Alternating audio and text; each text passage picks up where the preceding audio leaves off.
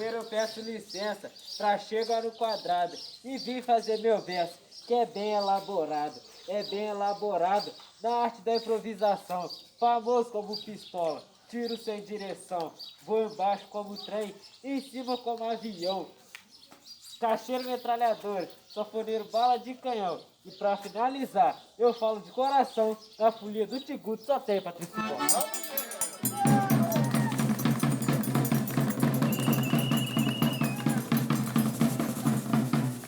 Por que eu resolvi estudar a Folia de Reis?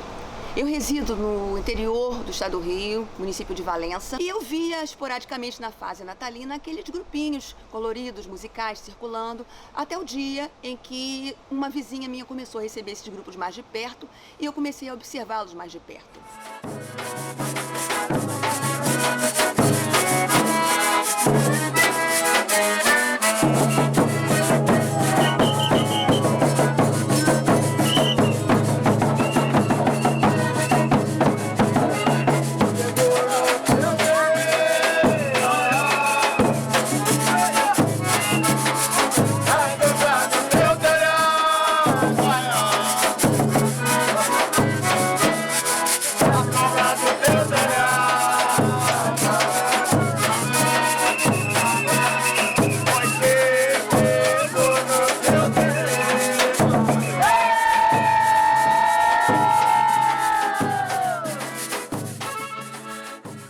O que é a Folia de Reis?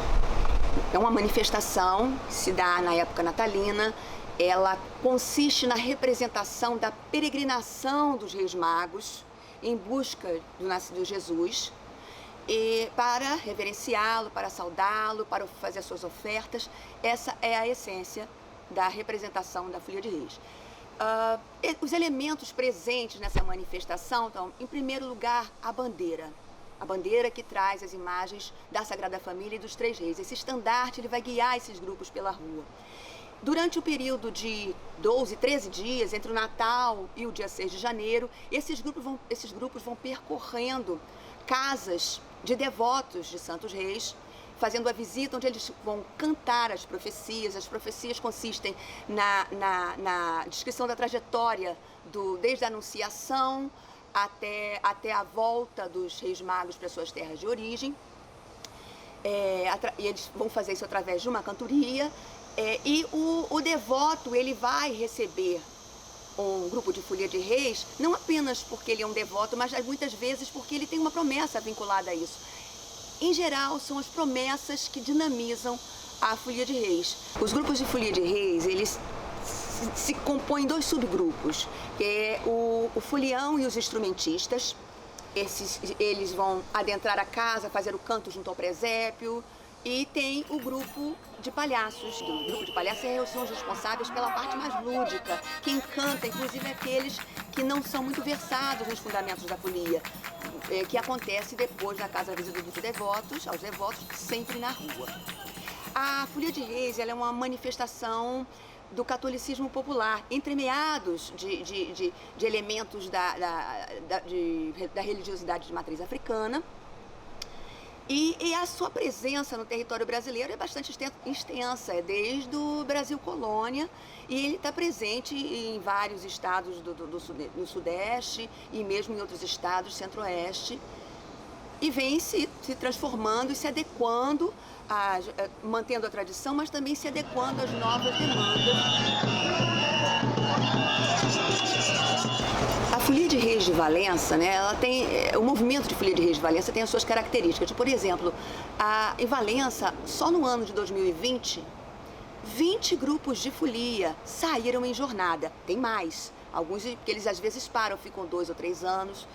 E esses grupos, em média, eles são compostos por 30, 40 pessoas, entre palhaços e instrumentistas. E o interessante da Folia de Reis é que o tempo deles se expressarem é esse período natalino.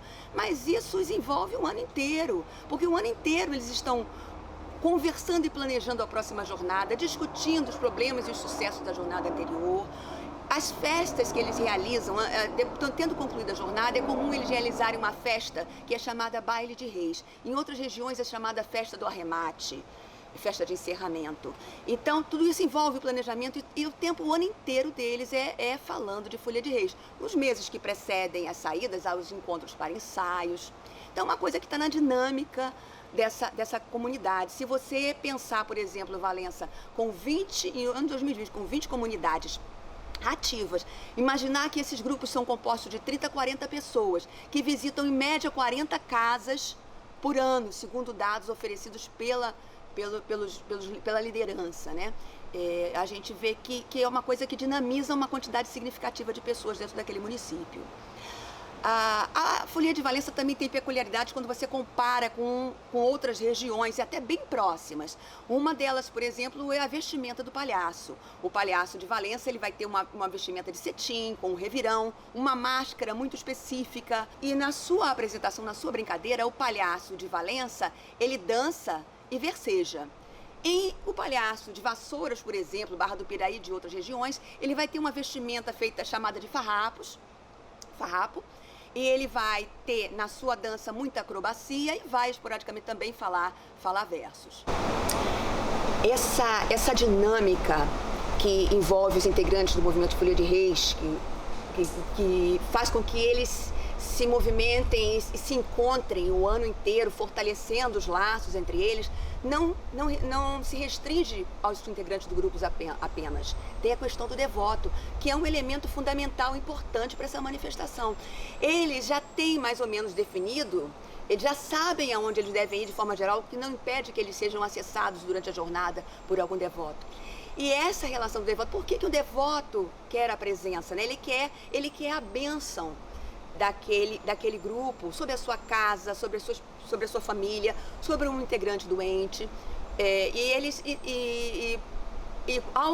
O processo, a coisa que se dá dentro da casa, em geral, junto ao presépio que sempre está presente dentro da casa, é um momento solene. Esse momento é um momento solene. É interessante que os integrantes do grupo, independente da idade, da dificuldade de locomoção que tenham, eles cantam aproximadamente 40 minutos de pé. Em geral, é o dono da casa quem segura a bandeira durante esse momento ritualístico.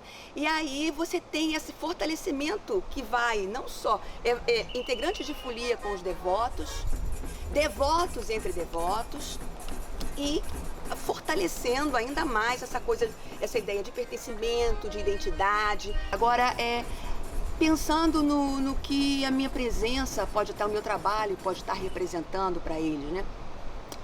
Eu creio que nós, pesquisadores, quando nos aproximamos desse pessoal que faz esses trabalhos maravilhosos, de valor assim inestimável, começamos a conversar com eles, a filmá-los, a minha percepção é que eles se sentem prestigiados e valorizados. Eu gosto de pensar assim, porque isso me estimula. Eu até então, antes de trabalhar com Folia de Reis, eu pensava em religião e religiosidade, mas sob o aspecto de comparar religiões. Com a aproximação com a Folia de Reis, eu passei a olhar como as pessoas trabalham a sua religiosidade, particularmente em relação ao outro. E na folia isso mexe comigo, porque eles dão o que eles têm de mais precioso, que eles têm, que é o tempo deles. Assim, eu sempre procuro, no meu trabalho eu tenho procurado sempre dar retorno para eles do que está sendo feito. Em Valença há 2 missas direcionadas à Folia de Reis. Uma que se dá no dia 6, no dia de Reis propriamente, e uma outra que se dá em dezembro, que é a Bênção das Bandeiras. Então, em dezembro de 2017, nessa Bênção das Bandeiras, eu fui até o altar, no microfone, e apresentei com vários representantes de folia presentes e fiz a entrega solene ao presidente da associação do meu trabalho. E uma coisa que eu acho importante dizer é que nesse meu conhecimento sobre folias, que eu aprendi na prática observando, alguns trabalhos foram fundamentais na minha formação para entender e para dialogar com mais segurança com os integrantes de folia. Então eu destacaria o trabalho, a tese de Daniel Bitter, de 2008, um trabalho do Wagner Chaves, o livro dele em cima da dissertação de mestrado de 2013, a tese de doutorado de Cássia Frade, da década de 90, a dissertação de mestrado de Patrícia Montemor, e um vídeo feito pela equipe da UF, da professora Marta Abreu e Hebe Matos, Jongos, Calangos e Folias, que foi feito em 2007. Por que é importante preservar, salvaguardar a Folia de Reis? não somente a Folia de Reis, mas as culturas populares como um todo, né?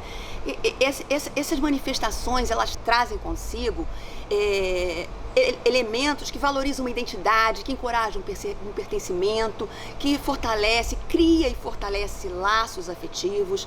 Eu considero importante a presença do Estado nesse esforço de salvaguardar e preservação. Porque, por exemplo, a realização do inventário, eu entendo, e outros estudiosos entendem também, que só a realização do inventário em si, com o devido retorno desse trabalho aos detentores, em si já é um ato de salvaguarda.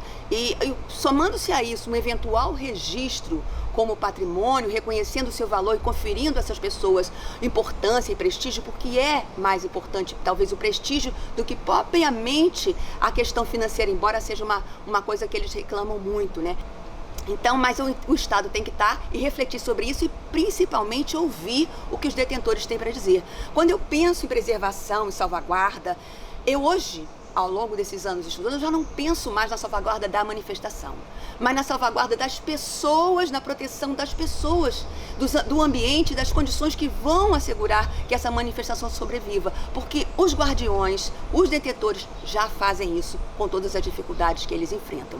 Então nós temos hoje aí a Folia de Reis, que ela está muito presente no estado do Rio de Janeiro, praticamente em todos os seus 92 municípios, a ponto de hoje o IPHAN está analisando o processo de patrimonialização, está em processo de análise, né, de patrimonialização das Folias de Reis Fluminense, mas ela está forte também nos outros estados do Sudeste. Minas Gerais, por exemplo, que tem um trabalho forte a nível estadual de patrimonialização, já tem esse registro. E nós vamos ter a presença forte dela no Espírito Santo, como eu já citei o encontro de Muqui, por exemplo, e também em São Paulo, com várias cidades tendo a presença dessa manifestação. Vai enveredar por outras regiões, Centro-Oeste também, mas o Sudeste é muito forte. Então, possivelmente, vai aqui um pensamento de que essa Folia do Fluminense, Folias Fluminenses hoje que estão em processo de patrimonialização pelo IPHAN, possam vir a se expandir e vir a se tornar a Folia de Reis do Sudeste. E eu acho muito importante, mas acho fundamental ouvir os detentores. Eles é que vão dizer o que precisam, né?